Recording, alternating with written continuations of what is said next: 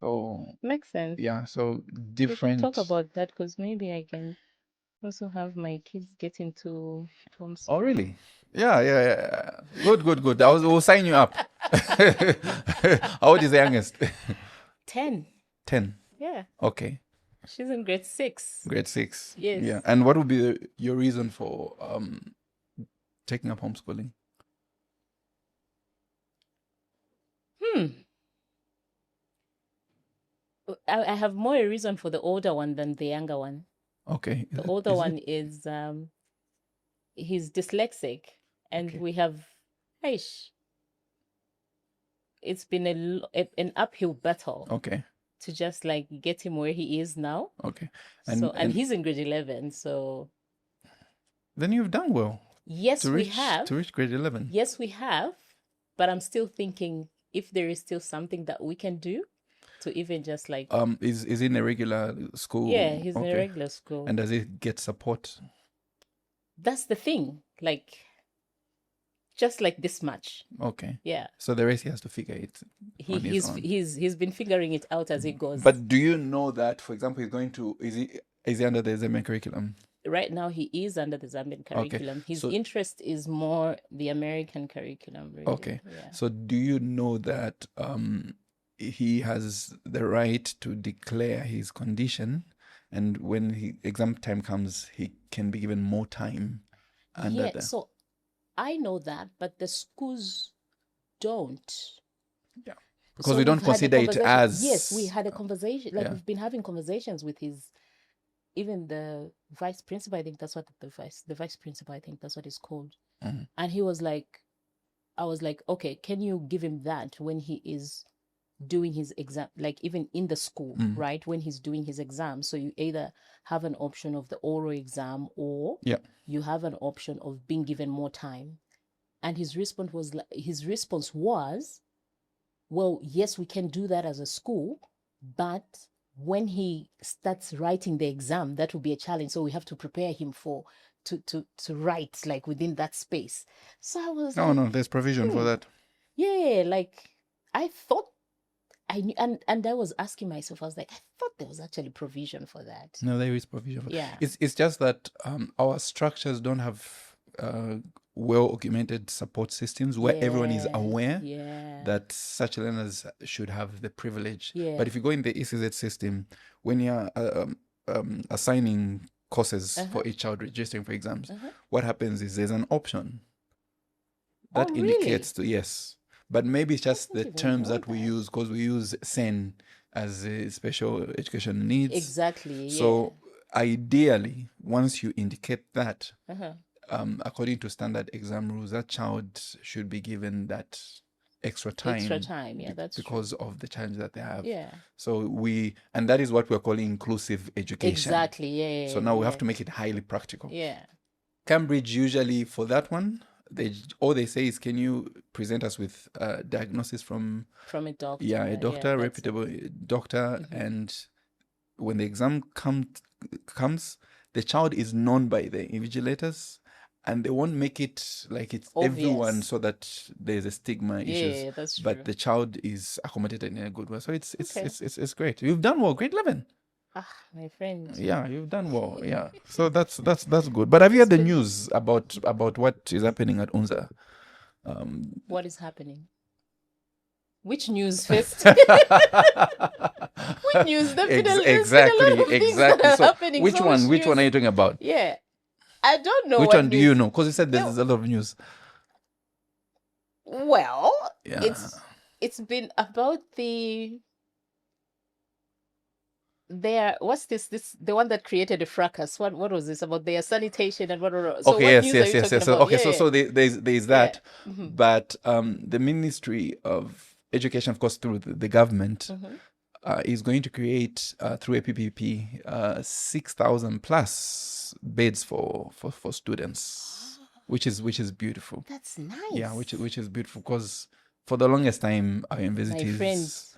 have been, but I just don't know what happens to those that run boarding houses because that's a huge number. But then I think the demand will still keep increasing. 6,000. I think so, because the interesting thing is that now we have Zambia is attracting a lot of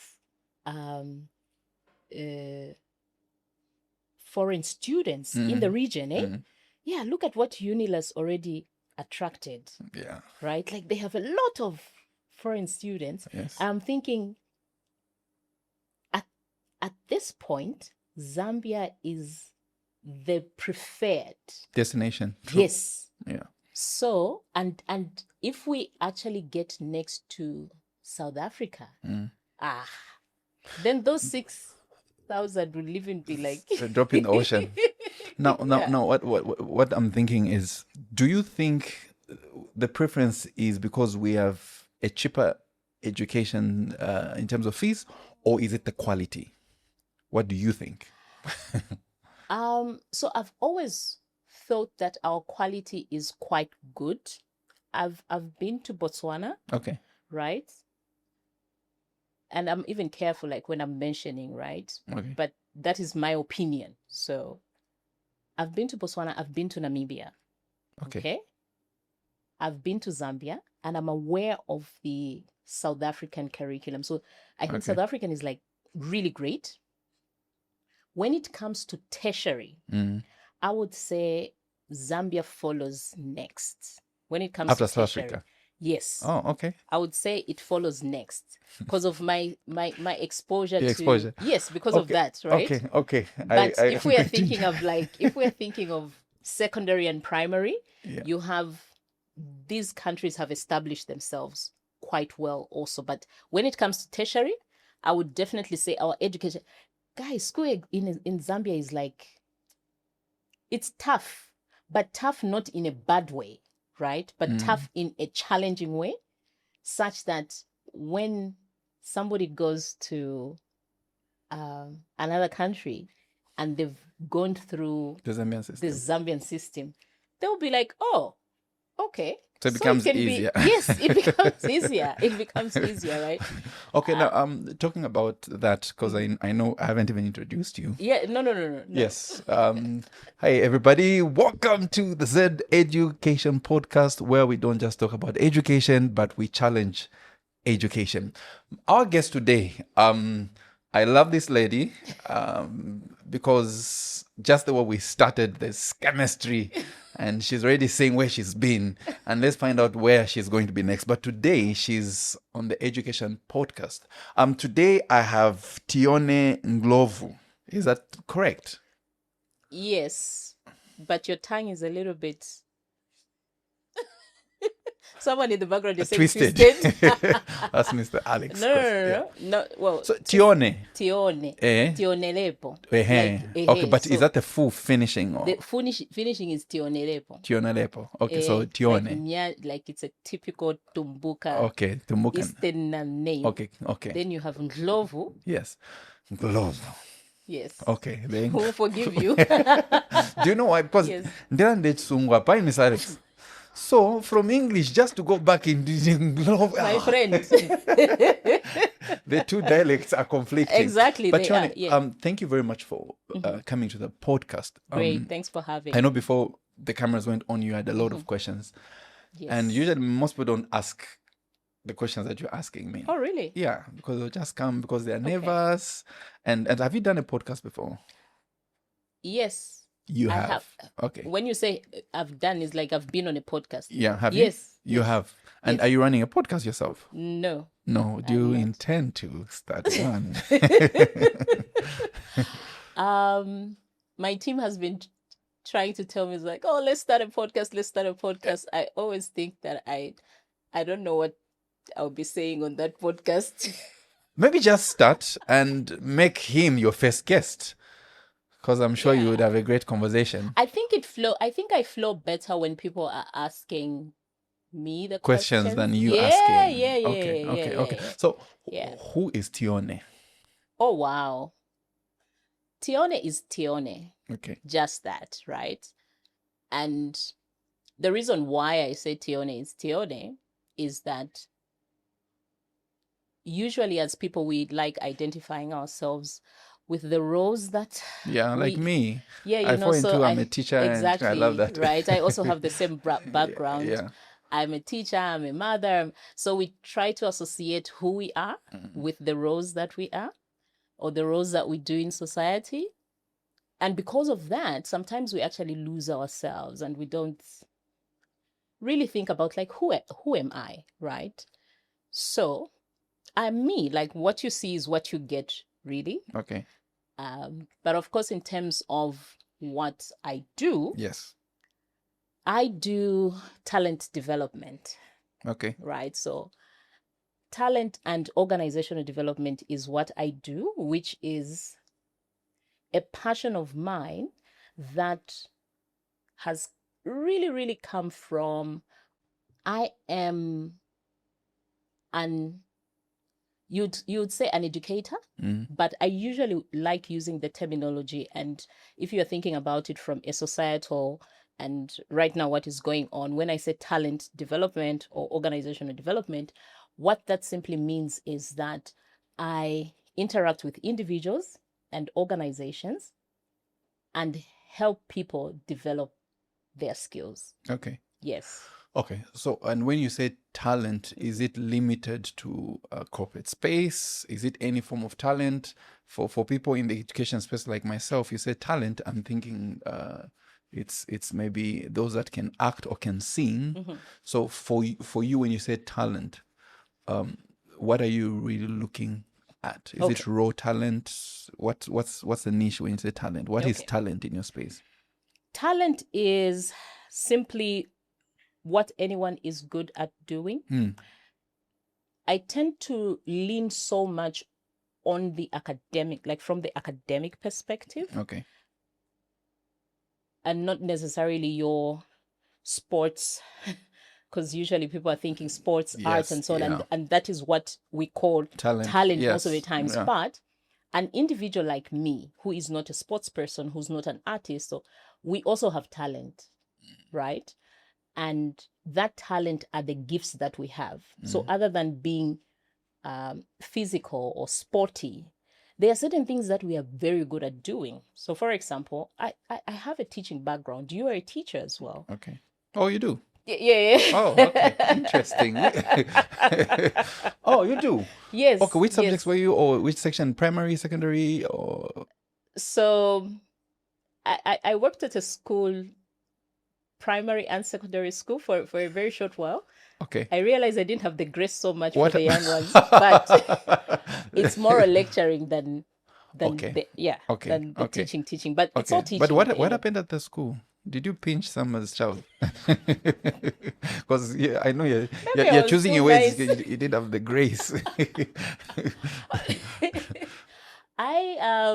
What happened? I didn't teach much. Let me say, I did not teach much. I went there mostly as the management aspect. So it was the leadership and management aspect, right? Yeah.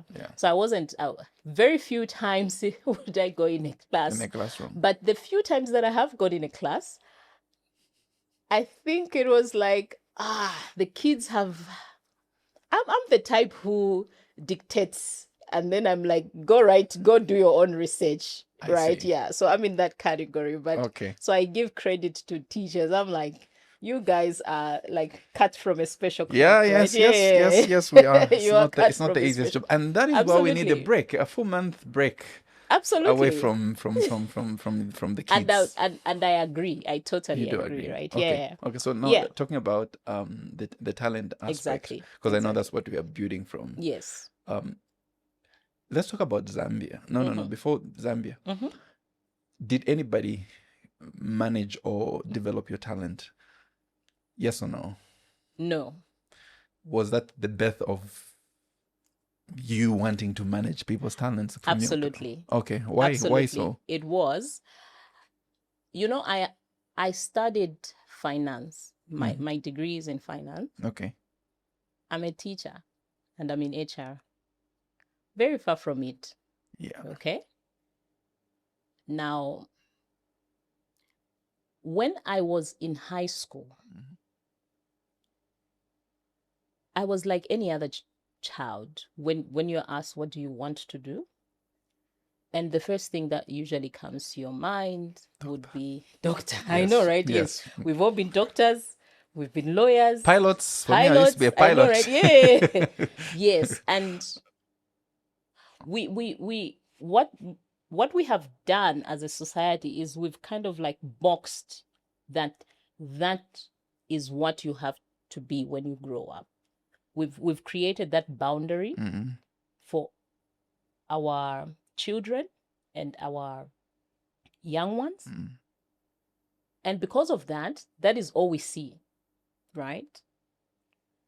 Now, one thing that I liked doing when I was in school was speaking and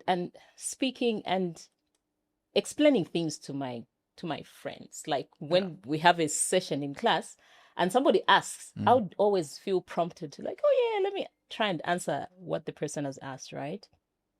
My father, after completing, he was like, go to teaching school. And I was like, no. You said who, no? Me? Yes. I said no. I see. I said, who, me? What was his reaction? The teacher. What's wrong with teaching? Mom and I want to. Listen to the story. Yeah. Like, right now I'm teaching, right? Like, so it's obviously an interesting story, right? Yes. Yeah. I was like, me, a teacher. No. And that's what, that's what society has done. We have categorized the different professionals. Yeah. And we've boxed them in certain areas, which are, and we've marketed them differently. Some have a good perception, others don't have a good, have a negative perception. Yeah. So I had a negative perception also about teaching. Yeah. But remember, I was saying that I liked explaining things to my friends. I was in the debating debate club. Debate club. I used to write, and I used to do all those things that have everything associated to teaching. I refused. Went to do accounts. Okay. Studied, did business administration, did accounts, and got my degree. After I got my degree, I started working. I worked in an accounting related job for 3 months. And in those 3 months, I knew this is not what I want to do for the rest of my life. I said, I can't. Because it wasn't me. Like, I found everything about it boring. I was like, how do people survive to just like punch in numbers every day? You wake up, you put like literally every day, you're doing the same thing. I'm like, how do people survive doing this, right? And after I went like, I'm not going to do this for a long time, I had a colleague of mine, a friend of mine who then was like, they're looking for lecturers. And I was like, oh, that's quite interesting. Can I apply? They're like, yeah, they actually want somebody who can teach accounting. Yeah. I was like, all right, sure. And I applied to do lecturing. So I came in without really a teaching background. Started lecturing. First, they gave me like just the basic courses because, of course, I was like new at it and so on and so forth. It was quite interesting how much I enjoyed like just sharing the information and going to do my research. After I find out one or two things, then I come and share it. I enjoyed that so much that one of the people that I was teaching, interestingly enough, I actually started part-time. So I had people who were older than me. So this at the same time you're still doing your not so good accounting job? No. Now I had even like left. I was there just for 3 months. So like, you literally left? Yeah, they fired. Oh, well, not necessarily firing me, but they didn't want me. The story is going somewhere. Okay, they didn't want you. They didn't want me anymore because. Okay.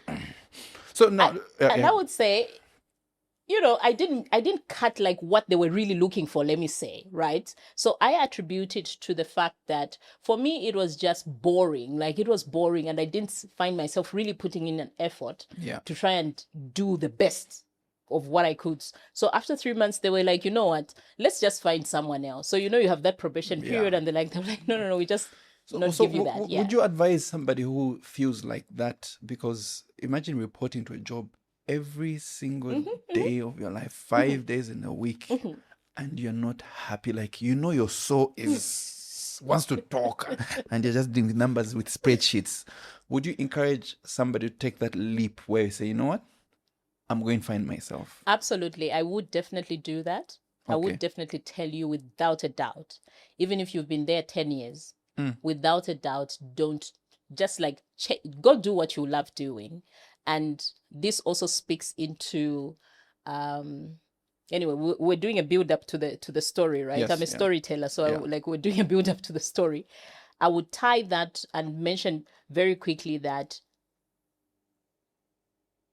because of my experience, I now decided to write a book that is going to guide people through picking a career that is related to what you like. Okay. Yes. Okay. But I know it's a build up, so we'll talk about I'm still at the point where you're teaching way older people than yourself. Yes. Yeah. So I'm teaching way older people. One of the people who was in my class was from Nguruma.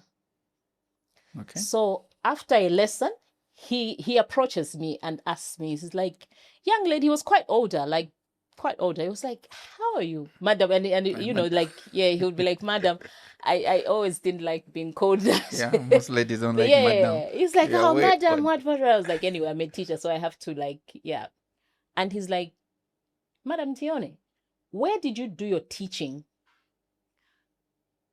I was like, I didn't do my teaching anywhere. He's like, you are not serious. I was like, I'm very, very serious. Then he asked me again, he's like, okay, so, but when did you start teaching? And I was barely 6 months into the whole teaching and lecturing thing, right? And he's like, the way you carry the class, I would say you've been doing it for a long time. And I was interested to find out, like, where did you really do it? And he's like, I'm telling you because I'm at Nguruma. Yeah. What you were doing is exactly what we learned to do, right? And I was like, oh, really? Yeah, we had a conversation out of that. So from there, I realized that for me, teaching is a gift. I didn't learn it anywhere. Mm-hmm. Of course, when I was younger, I did want to be associated with it very much. But that was my talent. Yeah. That was my gift, right? So does that mean your father saw it? And that's the thing. Like sometimes sometimes, of course, we have people in our lives who will see that, you know what, where you're going, this side is not it, but this is it, right? Yeah. We'll have people who were like that, right? So my father did see it, but every one of us, including my sisters, we were all laughing. Like, hey, me at Nguruma. He was like, let me just enroll you at Nguruma. I was like, no. But of course, in my head, I was thinking of the perception that comes with. Yes. Yeah. And in my head, and maybe just as well, I didn't not do that because, everything also is like God planned, right? So probably if I had, I would have probably focused so much on being or focusing so much on a particular subject or things like that, right? Like right now, of course, we just see the bigger picture and we're like, oh yeah, it's working for me, right? But you never know why it didn't happen then. But interestingly enough, what I did was I realized that teaching also comes with certain, what are they called? What do you, theories? Yeah. I think we would like rightly say theories, right? There are certain theoretical things that you need to know about teaching, so much so that even if you have the talent, for you to be actually called a teacher, you have to know those things. Yeah. So when I was like, oh, this is actually something that I enjoy doing because I enjoy effortless. Yeah, I enjoy it so much, right? Then I started learning about it. So then you start going through your methodologies, right? Like teaching methodologies. Yeah. And these are things that I was already doing, but I needed a paper for it, right? Yeah, you need a paper for You're it. required to have a paper. Exactly, you're required to have a paper for it. So now I enroll, I'm like, okay, let me do the teaching methodologies. Let me do such and such. So that must have been very easy for you. I was like, you're the methodology yourself. thank you very much. Yeah, I'm the methodology myself. And when I was doing the methodologies, I was like, when are we going to finish? When are we going to go to the next one? Because in my head, like, I already know these things, and these are things that I'm doing continuously, right? Yeah. Can I ask a question, Jess? Please. Didn't you ever think, so what's the point of this? When I can do it so effortlessly? Yes, I did. You did? Yes, I did. And thank God, my father would even laugh at me because, like, when I started lecturing, he would be like, my teacher. But he really encouraged me to do the methodology because there is the aspect of society that at any given time, I think nowadays where we are transitioning to, we see organizations leaning towards skills, right? But we have not ruled out the aspect of qualifications. You still need to have a qualification, right? True. To be in a certain space. So if I wanted to really grow myself as a lecturer, not just be this tutor or something like that, I needed to have a paper. Okay. Right? So then the need for you to pick the knowledge, right? So you do have the talent, you start developing it into a skill, but the knowledge aspect comes from an accredited place where they can now attest to say this person. Yeah, the real deal. Yes, right? But just that combination is a great combination because that's the space in which we are at, right? So you do need the qualifications and I needed it as well. So I had to get it. So talent, like natural inborn talent, can also coexist with education. It will. In the case that you've just described. Yes. Did you ever find challenges of people that are way older than you looking down on you, or maybe thinking, what can she tell me? Oh, you. Until people hear what you have to say, we're always going to judge you. I mean, when I came in, I look at everybody here, I'm like, yes. What am I looking at here? Exactly, right? I'll even that's a normal human reaction. Exactly. It's a normal human reaction. Yeah. So even when I look at, let's say, right now, right, you have young people. I'm surrounded like quite a bit of young people, and there are certain things that they know. In fact, let me even give an example of cameraman, for example. I'll be like, take a picture. They'll tell you we are videographers. Photographers. You'll be sued, my I know, dear. right? Ish, Lord, forgive me. I'm a BBC. Forgive me, but you'll find that because I take pictures on my phone, right? Before if let's say I meet somebody who is in that space where that is their skill, right? Before I know that is their skill, I'm going to judge whether they are able to take it or they are not. So I'll give them my phone. I'm like, take a picture. Whilst you're praying that, I hope. Thank you. Yeah. Whilst you're praying, like, I hope it comes out the way. I hope they pick the right angle. Yeah. But if it is somebody who's skilled, only after they take the picture, you look at the picture, you'll be like, okay, I wouldn't even take these pictures, right? So we as individuals, it is, I would say, it is more or less normal, to judge people. But how did you do with those that there are people that want to rub it in to say, or did you have such experiences where there are people I'm trying to remember if I did have like such an experience. Or did you have a plan to say, I'm not going if it happens? No. So like you mentioned, to say sometimes you don't have to really stand up to say, and I'm old enough to attend, but your substance will speak for you. Yes. So was there anything that you said, look, when I go in front of people and when I just open my mouth, it's equivalent to Michael Jackson doing his moonwalk because you can't question him because he's good as That's his. true. So what was your plan? What's your like your strategy? Did you have any pressure? I did have pressure. I'll talk about the very first experience. My very first experience was nerve-wracking, really. Mm-hmm. So prior to me doing a class, the principal at the school where I was then asked me to sit in For somebody. Yes. And I tried to use the experience of sitting in, so my observation of what that person was doing. Yeah. And I also tried to use what I had also seen, from my experience at school. So you'll have these lecturers who would come, introduce themselves and say, and the very first time they'll give you their credentials and so on and so forth. I studied at the University of Oxford University. Exactly, yeah. And I have these number of years experience and so on and so forth. So I was like, oh, I can use that as well, right? I can use that.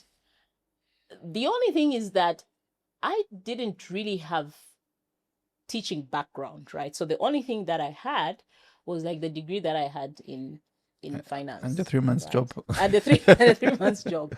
So I didn't have like much, but I didn't know any better. So that's the strength, like that I'm just gonna mention, right? Like this is who I am. The conversation was like short-lived, but and then I went to the lesson. After I completed, the man who was running the school was a doctor, right? And so he had like very good teaching experience and things like that. He called me to his office and he was like, you don't need to explain yourself to everybody. And I was like, he's like, yeah. So what I didn't know is that he was actually listening, but he wasn't in the room, right? But he was listening. He's like, don't explain yourself to anybody, because when you are standing in front of people, they know that you are the one who is there to deliver and give them what they don't know. So don't explain yourself. Don't find the need to explain yourself, because sometimes that actually just creates, sometimes your credibility can be shaken or questioned, because people have certain expectations, right? But what you have, they need it. So focus on what you have to give them. Great. And that was a very good lesson for me. I was like, okay. So in the next class, my focus was mention my name. Then we go straight to, this is what we're looking at. And then I focus on delivering. Okay. Focus on delivering, yes. Okay. And so from that, I learned a great deal. Which is, I use that all the time for myself as well. Like, I shouldn't find the need to really explain yourself. Yeah. Yeah, like, don't find the need to explain yourself. If you have something that is worth it, people will always see it and they will not even ask who is that person and what have they done and because what you have delivered, that's what they need, right? So their interest now is not, so by the way, which school did they go to? Like, that becomes trivial, right? Yeah. So do you think as a people we have a culture wanting to explain as Zambians? Like, do we have that? And why do you say yes? Where do you think it comes from? I've seen it a lot. I'm not sure where it really comes from. Maybe, I'm not really sure where it comes from, but I've seen it a lot.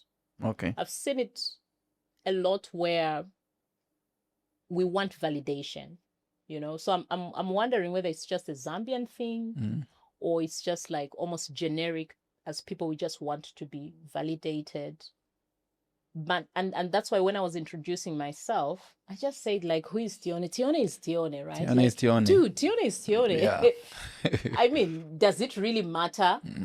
Does it really matter whether I'm a mother, whether I'm a doctor, whether, like, that is not important at the end of the day. Tione, would you take offense if you were a doctor, Ndhlovu, and no one mentions that? For example, I say, my guest today is Tione.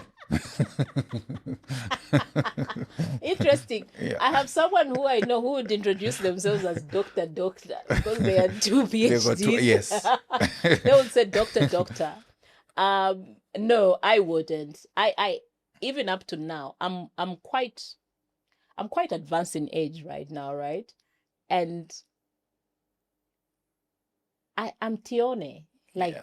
I just want people to call me Tione. I run an organization where I'm CEO, right? And then some Okay. people would like would be like, oh, my CEO. I'm like, calm down. Calm down. At the end, like, I'm Tione. Let's just like do what needs to be done. Yeah. And I think sometimes when we put accolades ahead of everything else, it also limits how you interact with somebody. So you're thinking, oh, this is a doctor that I'm talking to, so they want philosophical things, they want what, and even the thing that you have to share, you may not share because you are second guessing yourself, because you're thinking they're there and you are here.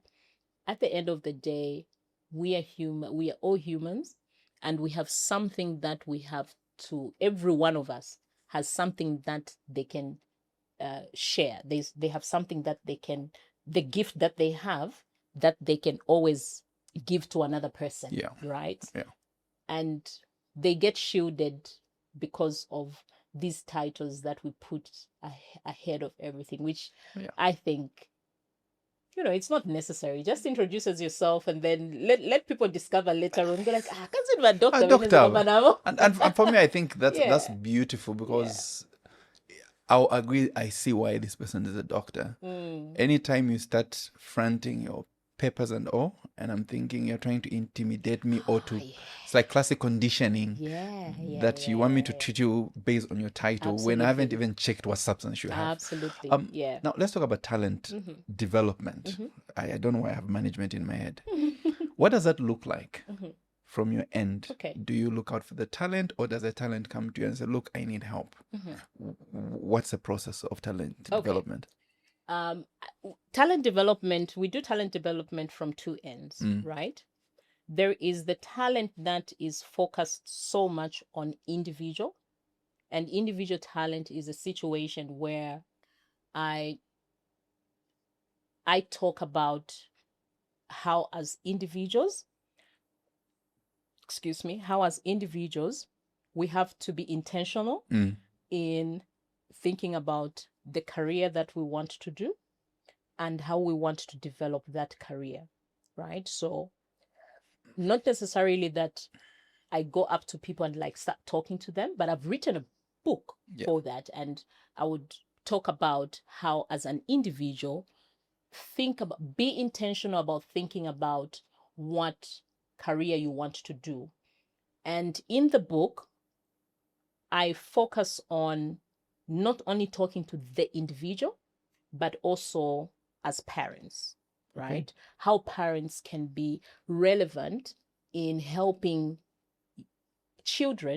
their children, to choose a career that is aligned with who they are. That is their personality, right?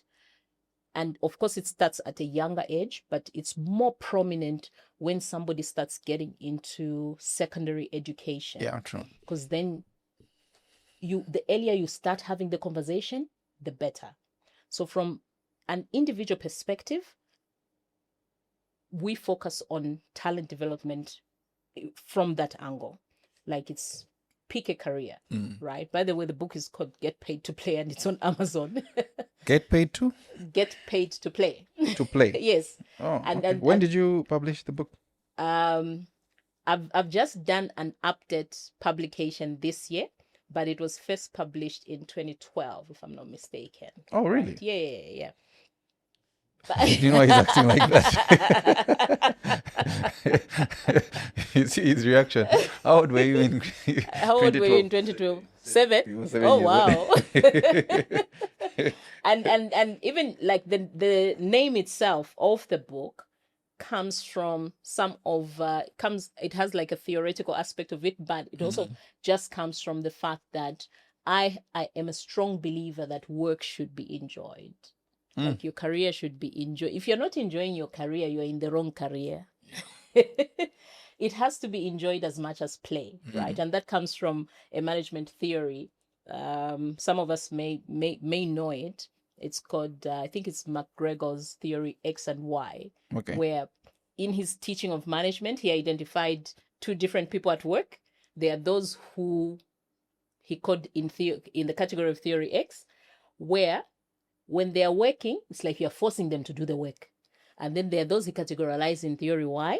And he said these ones are the ones who just seemingly enjoy what they're doing. And according to his analysis, the ones who are in theory Y tend to outperform the ones who are in theory X. And they become high performers in the organization. So I applied that, but I also just took it from my own experience where I enjoy what I do.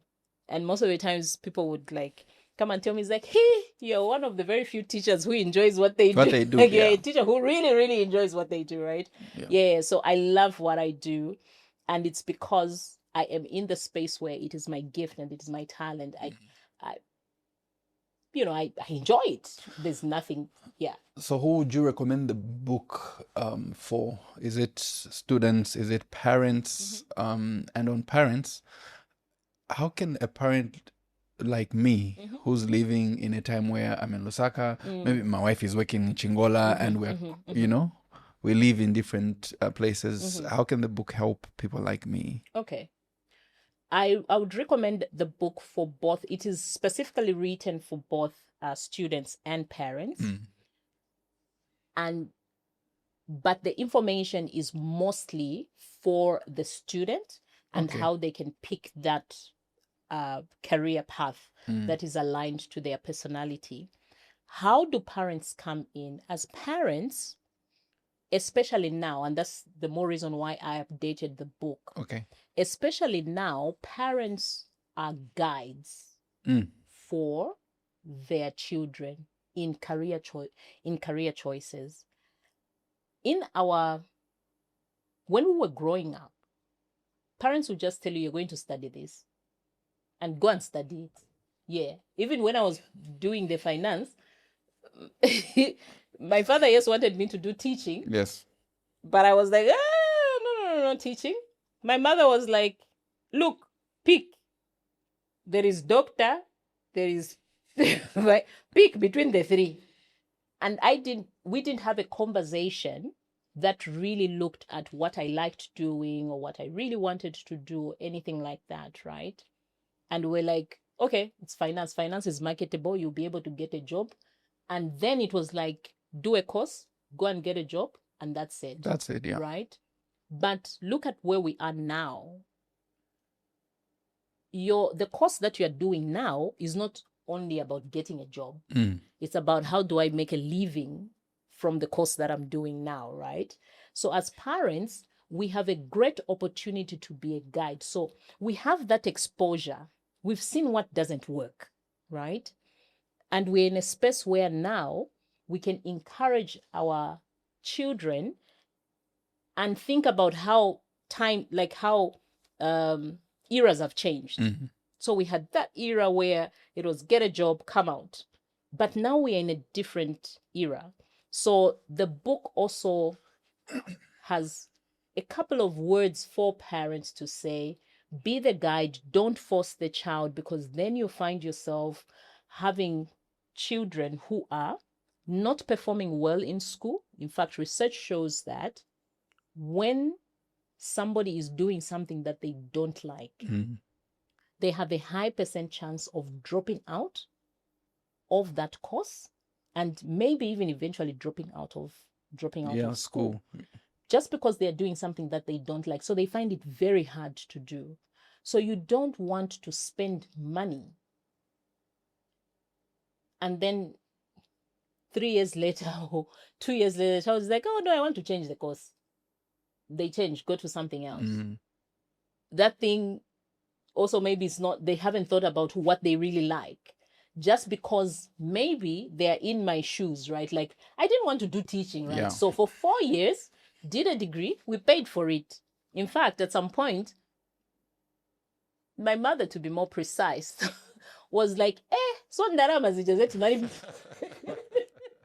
Tinangotaya jabe. Sure. Yeah, you know, like, and that's what you're thinking about as a parent. So you feel like, look, I've wasted money, and you're not using the degree that I You're wanted ungrateful. to. Yes, I know, right? Yeah, like you're ungrateful, and those are not easy conversations True. to have. It also put me in a space which was like, oh man.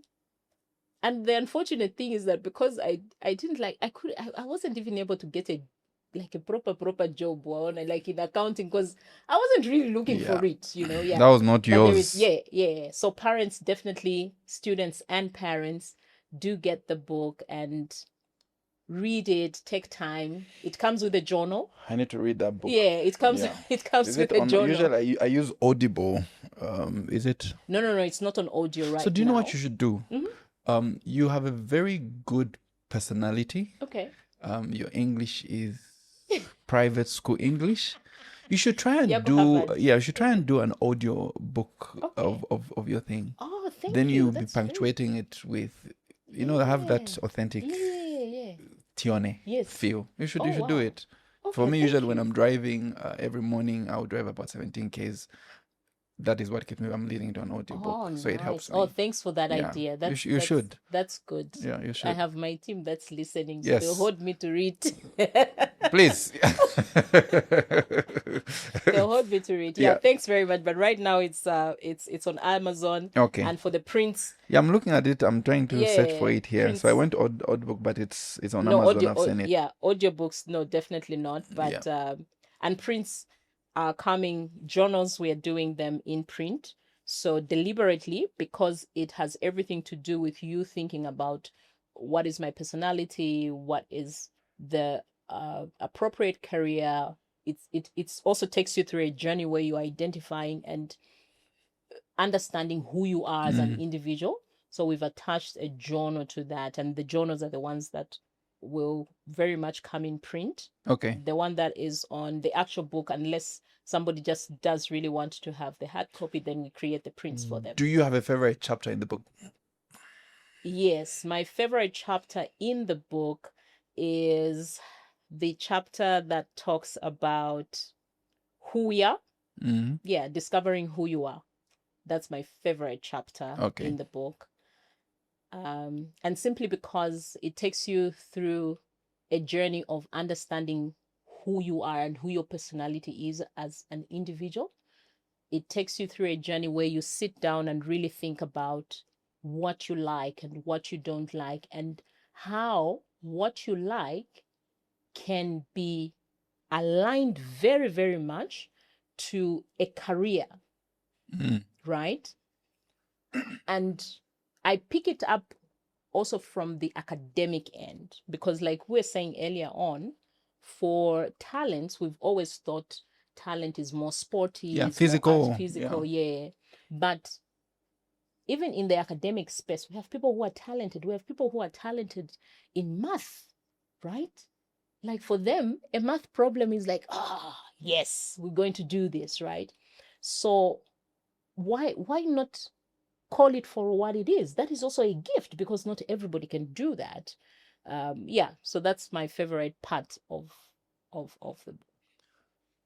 What has been the biggest challenge when it comes to talent? So when we look at Zambia, our population is increasing every single year, and we have, and I don't know which generation if you're alpha or you're baby boomer or you're millennial. You're in the middle. I'm right in between Xers and millennial. So meaning in your talent development, you've dealt with many different generations now. What is the most challenging part with the current generation, these Gen Zs, with regards to talent development? With regards to talent development. And what's the difference? It's not a challenging part. Okay.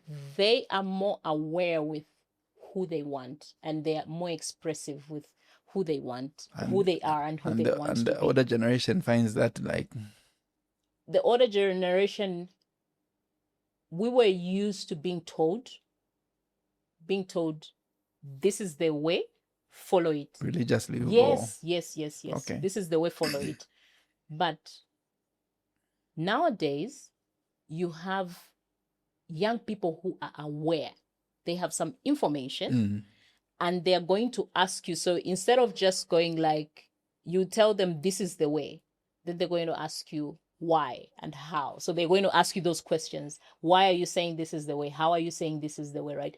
Which is great. I think it's really great, because then I think we'll head to a point where, because these young people are asking the questions, they'll be more intentional in picking the careers. Okay. I would blame, and you find a lot of us who would blame our parents to say, my parents just told me to be this nurse or this teacher or this one. So even when we are doing it and we don't have the passion for it, we are still thinking about how I was just forced to be this thing, right? And most of us think it's too late, believe that it's too late to change. But I would say, the moment you don't enjoy it, just change and go to the thing that you enjoy. Here's the thing. If you don't change, like right now, you'd realize, go like, this is not working. It's not working for me, right? Then you'll be like, but for me, if I stop, then I'll go to school. I have to learn the new things, and it will take me 5 years to learn those new things. It will take you 5 years, right? Let's assume right now you're 35, you're 40. You're 40. In 5 years' time, you will be 45, right? Whether you stop or not, or not, you will still be 45. Yeah. Right? The time will not. So that time we usually think like, oh no, it takes a lot of time and what, and now I'll be older and whatever. Either way, whether you stop, so pick your struggle. Yeah. Right? And now I'm using Gen Z language. Like, do you want to stay somewhere with something that you don't like for an extra 5 years? Or you may as well just change it. And then in the next 5 years, you have a high % chance of doing what you actually like doing. Yeah. And I think you have purpose. Exactly. Then, fulfillment. Exactly. Because, I mean, either way, the 5 years will not go anywhere. You will still be the same, that age, right? I see. So that's why I encourage people to say, the moment you just make the decision, if you know you are not doing what you really, really like, just decide to stop doing it. Even better now, because we have a lot of opportunities. There's a lot of grace, right? Yeah. Talking about the more informed society that we have in our youths, in the period where we have social media, don't you think people say young people of nowadays want success just by a snap of a finger because I've seen it on social media? I want it. How does that marry with the talent development and the patience? Yes, they do. Okay. Yeah. I would say yes, there is that sense of urgency, like let it happen now. But life has a way of I'm thinking if I really want to use the word humbling you, right? Yeah. No, use the word. Yeah, like life has a way of teaching you things that you think you don't need. Right? I talk about in my story, one of the things that I experienced was not being in formal employment for I think it was it almost clocking 7 to 10 years? I wasn't in formal employment. I was in position I was finding myself in part-time jobs. Okay. Do a little bit of a part-time job, do a little bit of a just like that, right? Like, but where I had like consistency, where you get into a company and you're staying 5 years and so on, gratuity. I didn't have that. I got that like quite later. Was that intentional or no, circumstances? It wasn't. Circumstances, life. Okay. And that's where I'm heading to, right? Like, life has a way of putting you in situations that prepare you for where you're going, right? So in that period, and I'm giving that example to talk about the feel that we need something to be done now, right? we all have different life paths. There are some people who will start a podcast, maybe by chance. I don't know whether it's chance or luck or whatever it is. Within 6 months, it skyrockets and all of us are like, hey, guy in my podcast. And I like what you're saying here because it's speaking to my journey here. And you're thinking, what am I doing? Exactly, like, Then there are those who started 5 years ago. And they're like, and they'll look at the person who started 6 months ago and think, what am I not doing? Yeah. Right? But we are all cut for a different life path. What I learned was that in the period that I was not in formal employment, and this will happen to anyone, right? You start asking yourself, what am I not doing? What did I not do? Am I cursed? Am I cursed? I know, right? Like there are so many things that will go on, and all those things I went through also. And then you even meet friends. I met friends of mine who were at school together. Wafika my position yama manager and I'm like, and I even started avoiding meeting my friends because I was like, man, what is it that I have done wrong? You get? But when I did get into that formal job, within a period of 3 years, I moved to a manager job.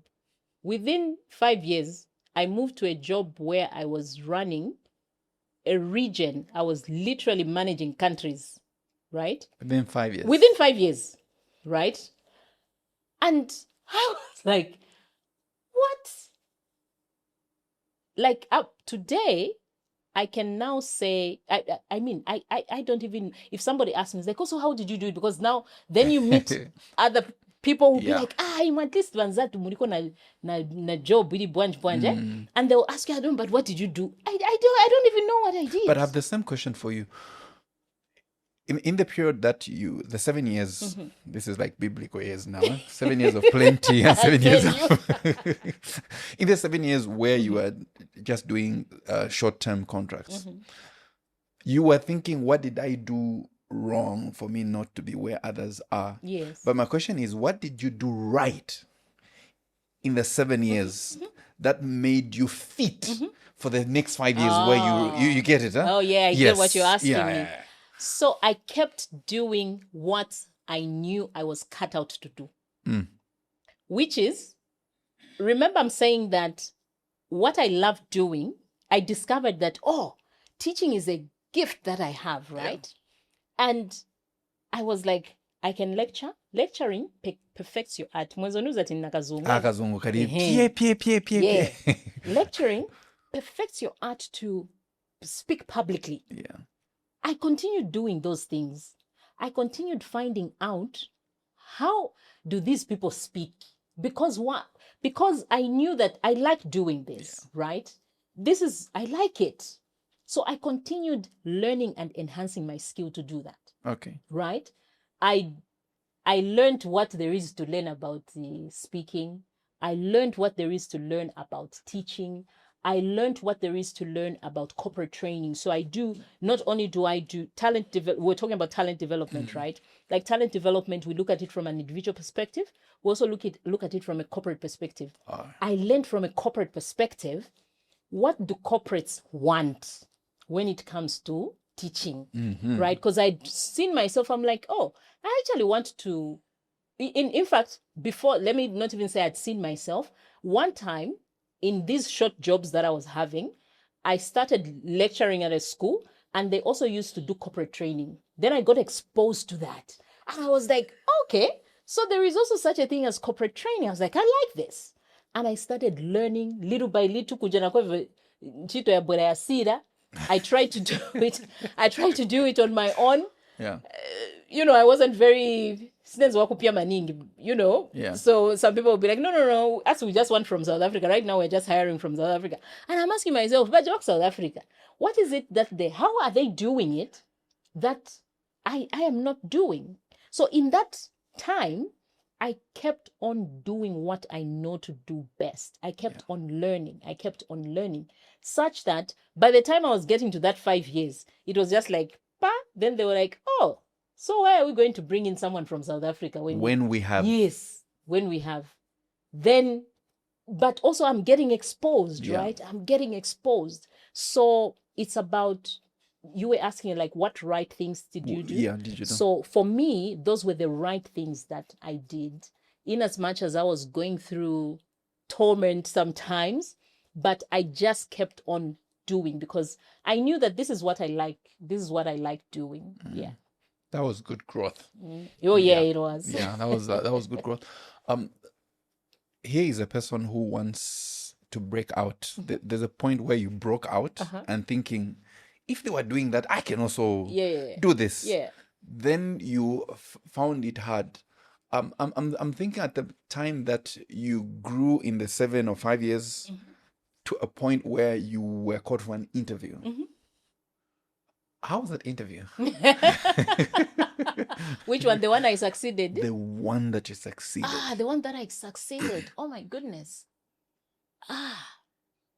I didn't expect it, firstly, because I had failed at a lot of them. You? Yes. Failing an interview? I am being I'm sure some people will be watching who have interviewed me before. Okay. I'd failed a lot of them. What were you doing wrong? Were you too confident? Man, that's also almost a lesson for another day, right? Like, but another thing that I kind of like have conviction over and believe in, I always believe also that if a job is yours, it's yours first, right? Now, does that mean that you have to go unprepared for the interview? No, definitely not. Because in some instances, I didn't think, in certain instances, I just didn't know, right? They call you for an interview, but you fail to prove that you actually know what you're talking about, so you don't meet the cut, right? Yeah. So there are certain instances where I didn't know, and I use those as learning. So there are certain instances where I knew that I actually know, right? And those are like 50-50. You're like, okay, maybe Bazanita, because in the interview, I don't know what is going on. Maybe they'll call me, but I know that I actually aced the interview. There are those that happen like that, right? So preparation is important. Now, for me, for that one interview, I had, in fact, the way it actually came was, it was through an agency. They first called my younger sister. The agency called my younger sister. Okay. And they're like, oh, they're looking for a trainer, right? And then, so because she had the education paper, because she had a degree in education. So she goes there, and the agency tells her, is like, yes, you have the paper, but we're actually not looking for, we are looking for someone who has the actual training experience, right? And has some corporate training. And she was like, oh, my sister has that. Can do that. Like, oh, really? It's like, yeah. Like, tell her to send a CV. And I sent the CV. And within 2 hours, the agency was like, come here. Let's talk to you. Yeah. So we started with the conversation with the agency. And the agency was like, you are the person that they want. And their focus was the experience, right? That's what they wanted at that particular time. And she's like, okay, so I'm going to arrange that you go meet them and what not. Went there, had the conversation with them. It was, I wouldn't even call it a hard interview. It wasn't a hard interview. Okay. They were simply asking me, and maybe also the aspect of like knowledge comes in, like when you know and you're just simply telling a story. Yeah. So it wasn't one of those where it was like you have like 6 people and they're grilling you and type of things. No. They were quite they had quite already advanced in terms of how they were doing the interview. So it was more of, felt like a casual conversation. Yeah. wanted Was to it over a know. meal or? No, it wasn't over a meal. Okay. It was a meeting. Okay. But it was like, tell us what you've been doing. And of course, asked me a little bit of technical questions here and there. Yeah. But for me also, I just think that it was, I do attribute it to time. Like sometimes it is just like time. It's And the like when fullness of time preparation, comes, when preparation meets opportunities. Yes, that's the terminology, right? Like when preparation meets opportunity, and it just happened. And I was busy telling myself, I was like, it was a good interview. And I just kept thinking, like, they have to call me. And I even gave them 3 days. And within 3 days, if they don't call me, Nishinaferuka. I see. They called the following day. Okay. They're like, oh yeah, you've gotten the job. I was like, yes, So it was a good experience. It was a nice experience for me. And I can simply attribute it to the fact that it was just opportunity that meets the preparation. So is this the job that makes you move in Yes. South Africa, Botswana? Oh no, was it the one?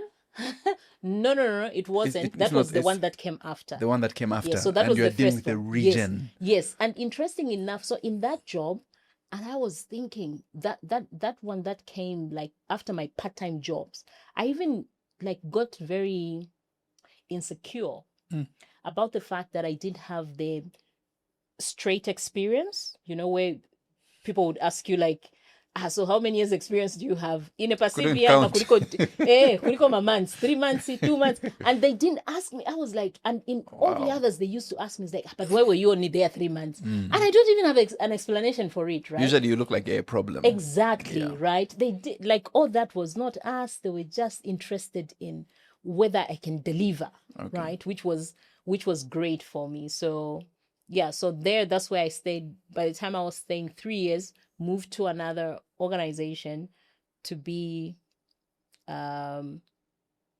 manage learning and development in that organization. And in that organization, by the time it was contractual also, by the time it was like 2 to 3 years, the contract was ending. That's when I moved to the regional role. Yeah. Okay. With your interaction, let's look at Southern Africa. My question is coming from a point of what's the future of talent management going to be, but looking at us as a people. I know we live in a global world, and if you compare us Zambians with maybe our levels of assertiveness with other countries, where do you think we rank? In terms of what? Talent itself. In terms of developing the talent? Developing the talent. I think we do have a lot of work to do, in the sense that you have seen in my work with organizations, you see organizations take deliberate moves to develop the talent that they already have. So you find organizations are doing a lot of trainings. Yeah.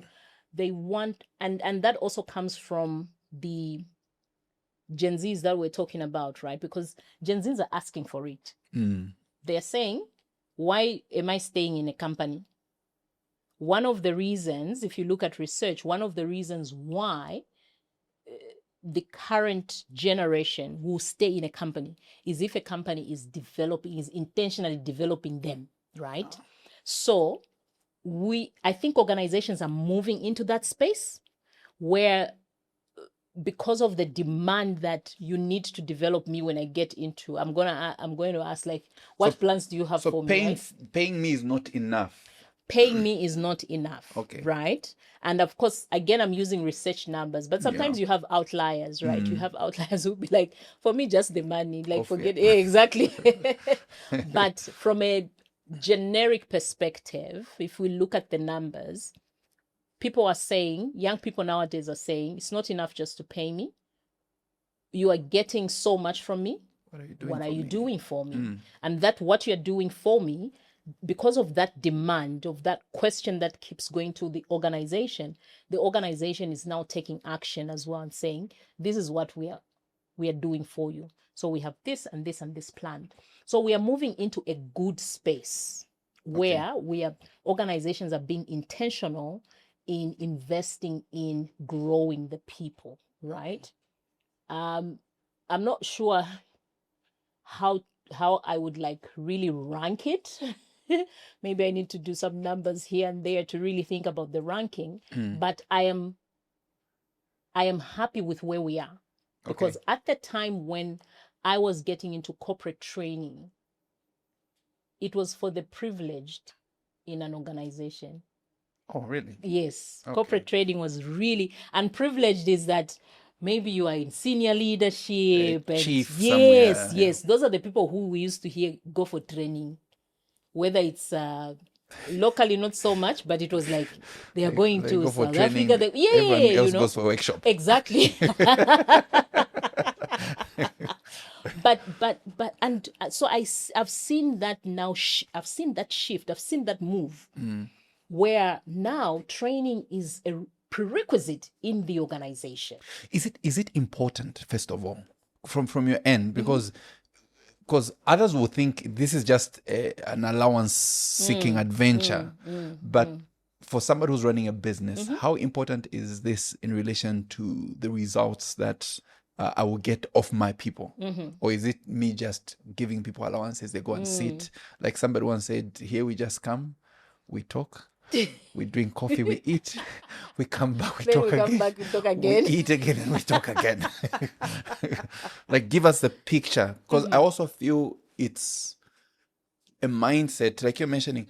You hear trainings are for what do you call is it blue up banks? Is it these higher tier? They're called blue up banks. It's like for certain organizations which are international. Can a local company still invest in the training? And why is this important? Okay. All right. Yes, definitely. Before I get into the actual explanation, I'll say training behaves more like advertising. You get? And the theory around advertising is that you keep advertising. Because you keep advertising, the flow of traffic just keeps coming, right? You don't even realize that it's because of the advertising. But when you stop advertising, people soon switch off. Forget. Yeah. They forget you exist. And that's why we see big organizations never stop advertising. Kato, are you listening to that? Keep advertising the podcast. Yes. So why are you doing that?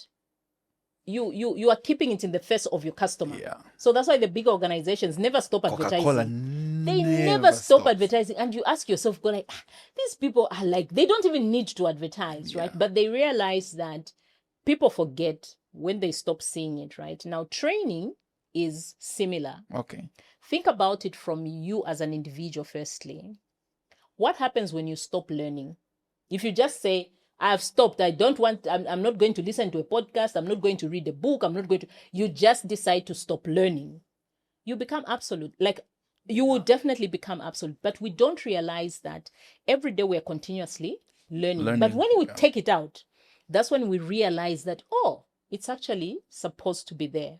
So training for organizations is important in that sense. The people that you have in the organization, and I try to not use training, but replace it with learning, right? So that's how we are called learning and development. Your business. Yes. Okay. So learning is the whole thing.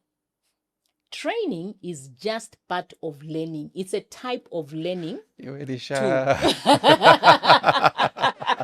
I love that. So we usually say training.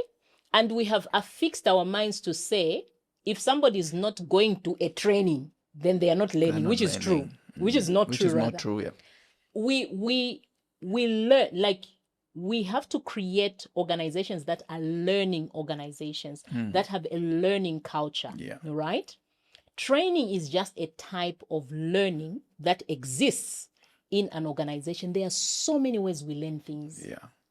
And that is where we focus our energies, right? We say, it's not only about taking someone for a training. When you tell somebody that the only time they are going to learn is when they go for a training, they will that's a problem. They will assume that everything else that they are is not learning, which is not true. Until that time comes. That time comes, right? So yes, training is good in organizations.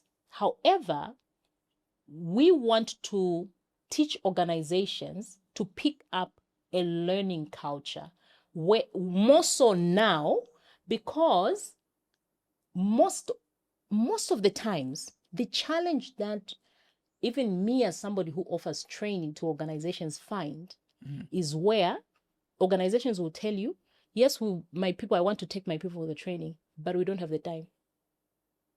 And they're being absolutely genuine to say that they don't have the time.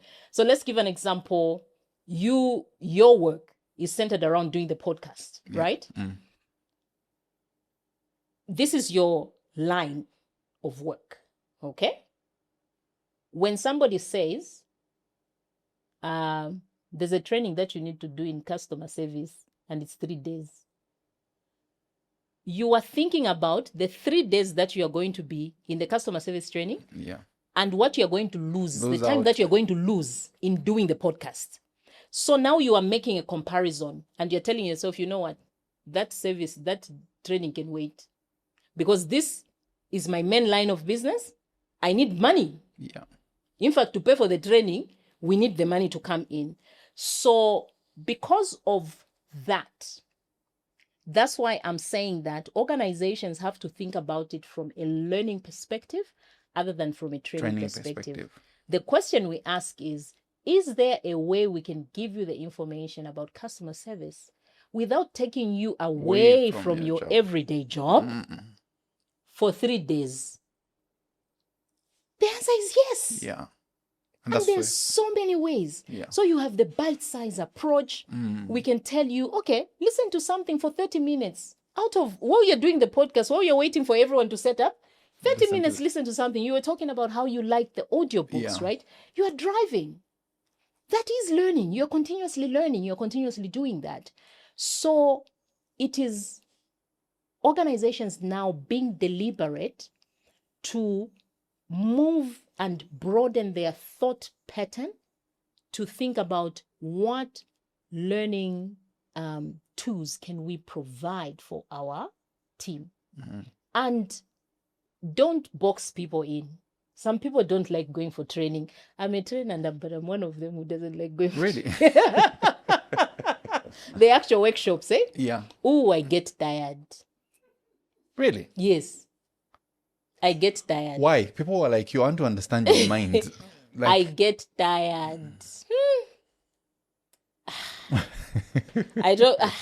Sometimes, maybe it's a professional hazard, because sometimes maybe I'm looking at them, then I'll even start thinking about how they would have done it better. There is that. I see. Then sometimes it's just, sometimes also, I do find myself, my mind wonders. I think a lot. Yes, I wonder a lot. So, if the person just, if I just sense that I'm disconnecting, my mind wanders, and I start thinking of the other things. So,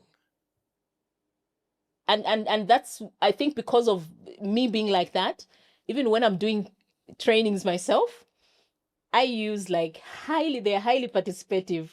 Because then I know I could have people in here who are literally like me. Like you. I talk for 30 minutes, the person I'll lose the person, right? So, and as a teacher, you know that you have all these different ways of engaging the person, right? So yes, there are people like me. Now, if you have somebody like me in the organization and you keep taking me for workshops and workshops and workshops, I will come back, you believing that I have gotten the information that you want me to get, but I would have only just gotten 1% of the information.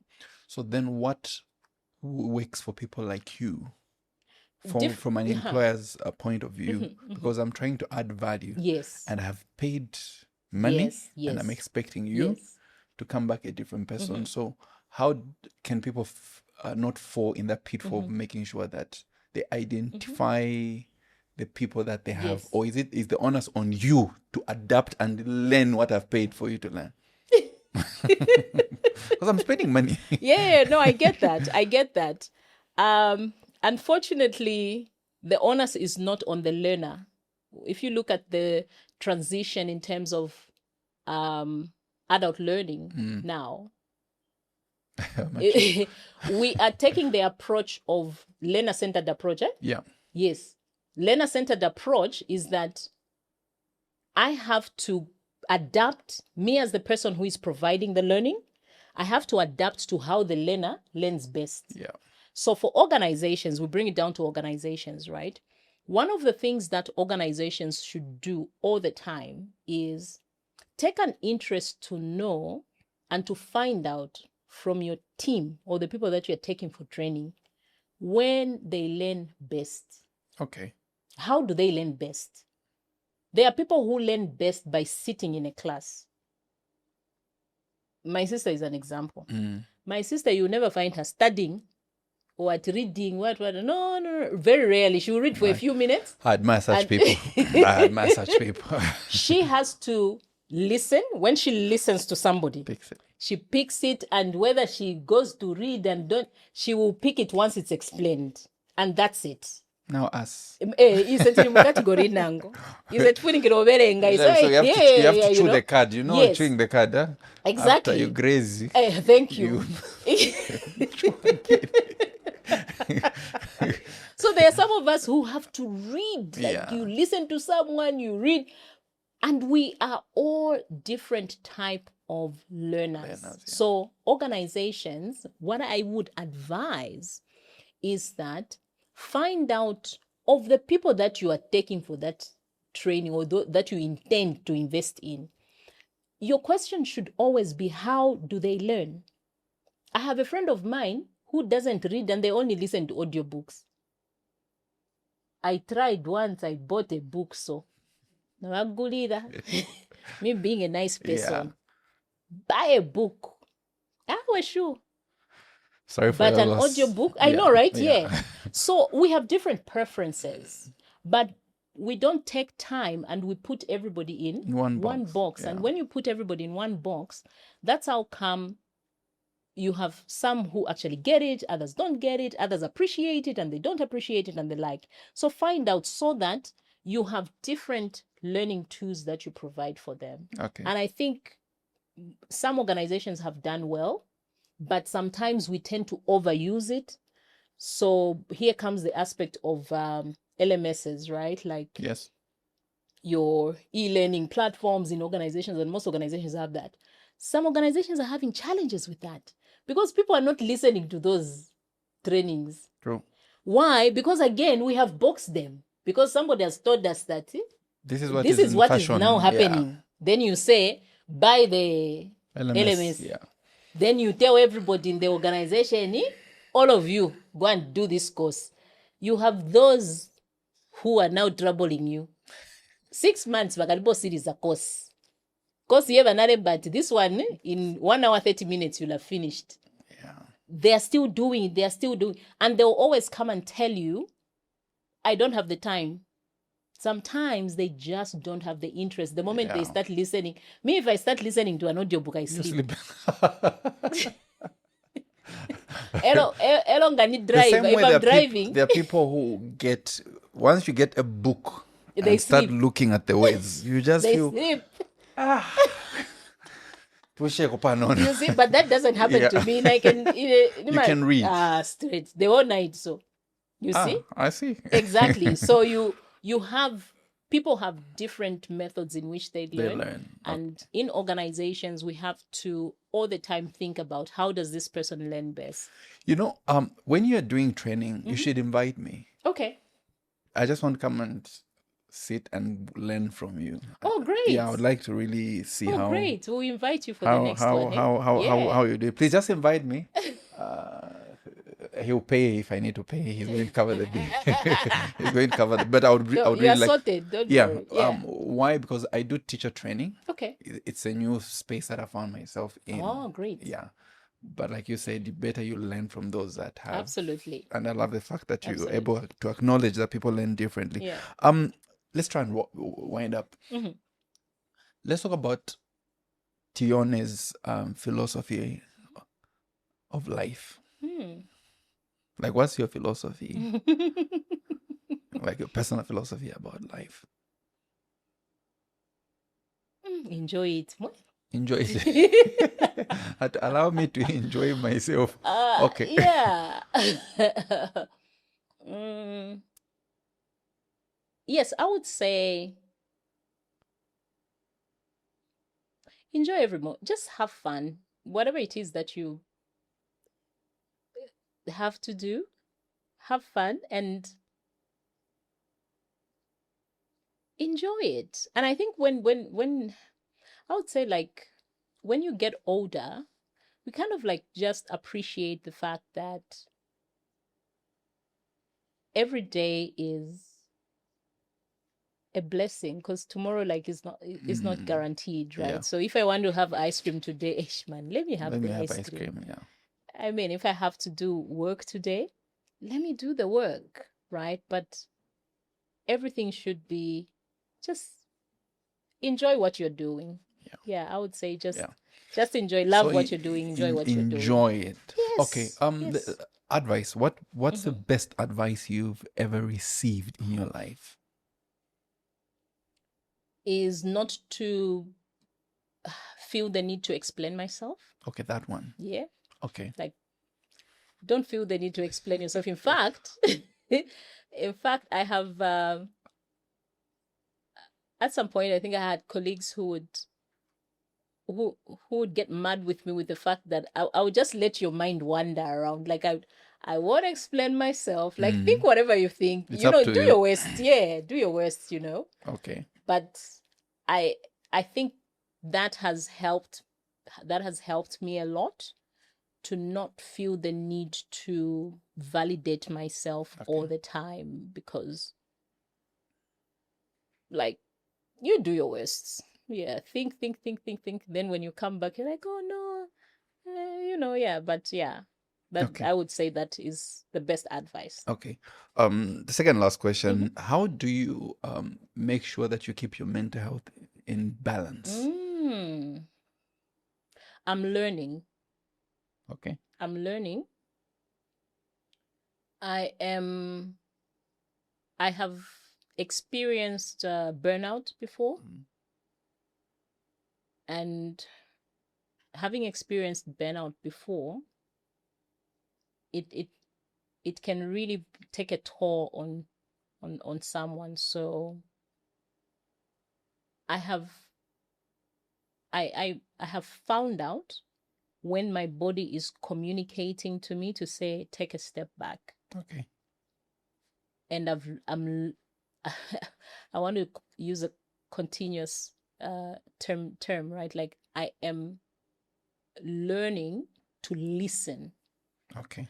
Sometimes I may not do it as quickly as I'm supposed to do it, but the moment my body just gives me those signals, I'm teaching myself to listen. So listen to that and take a step back, do your rest, because work never finishes. True. Yeah. Work never ends. And by the way, whether you're running your own business or you're working for someone, either way, when you are no more, that work will still go it'll on still and go on on. and on. Exactly. Yeah. So I'm learning to listen to my body. If like, directly answering your question, it's really learning to listen to my body and doing something about it, not just saying like, oh no, I'm feeling this, but I keep pushing myself. No, I'm learning to take a step back, because I've experienced burnout before. Yeah. My last question is, if you were to drop one food oh wow off your diet that you love so much, what would it be? Yeah, your problem. You didn't expect that one, huh? No, I didn't. Oh my goodness. Lord, it would be meat. Well, meat things. Meat. Yes. Which meat I think specifically? which meat specifically? Yeah.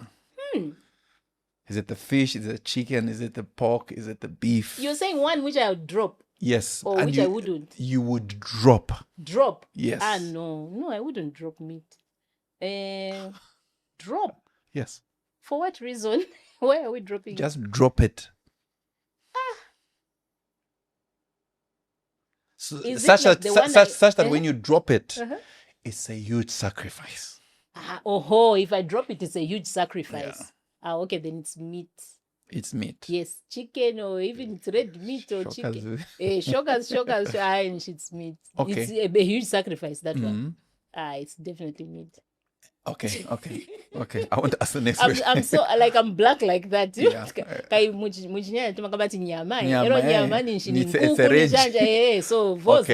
anything nyama, anything nyama. It would be a huge sacrifice. Okay. I said last question, but maybe this one is what would be your go-to destination for holiday? Oh man.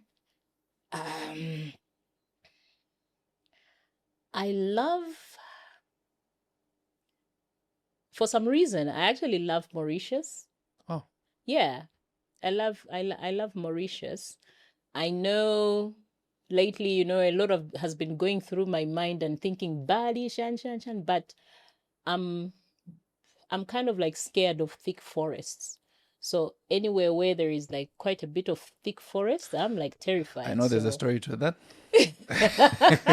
Where the phobia comes from? Manta. Okay. But water. Yeah. So for me, ideal would be Mauritius, and from the images, I've never been, by the way. Okay. So from the images, it's quite open. You don't have that experience, or maybe I'm just exposing my ignorance, but forgive me if I've exposed my ignorance too much.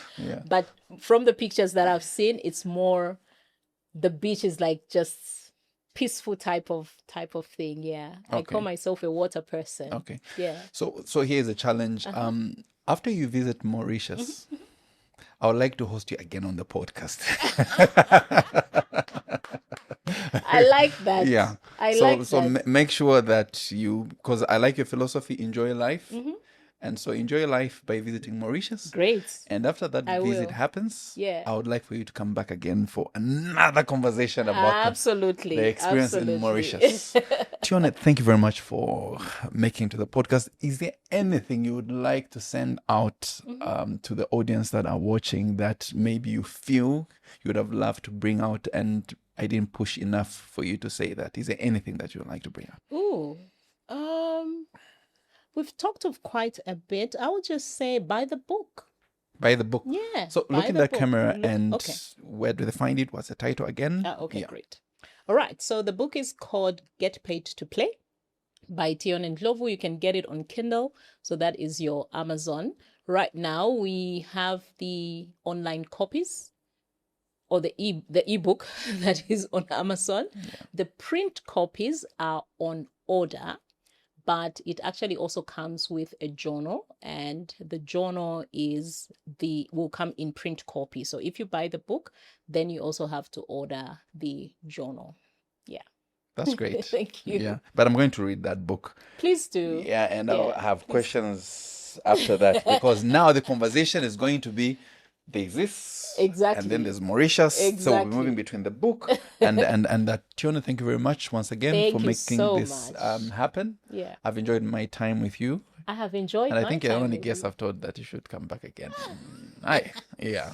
Are you serious? And he agrees. Yes, yeah, you should come back again. Absolutely, I'm so coming back. There's a fountain of knowledge in you. Yeah, and I have learned a lot from you. We have a lot of conversation because you are coming to my training. Yes. When is the next training? We are making promises. We are making May. Yeah. So we invite you. Yeah, please invite me. And if I'm going to be understudy, please take me. Everyone needs a disciple.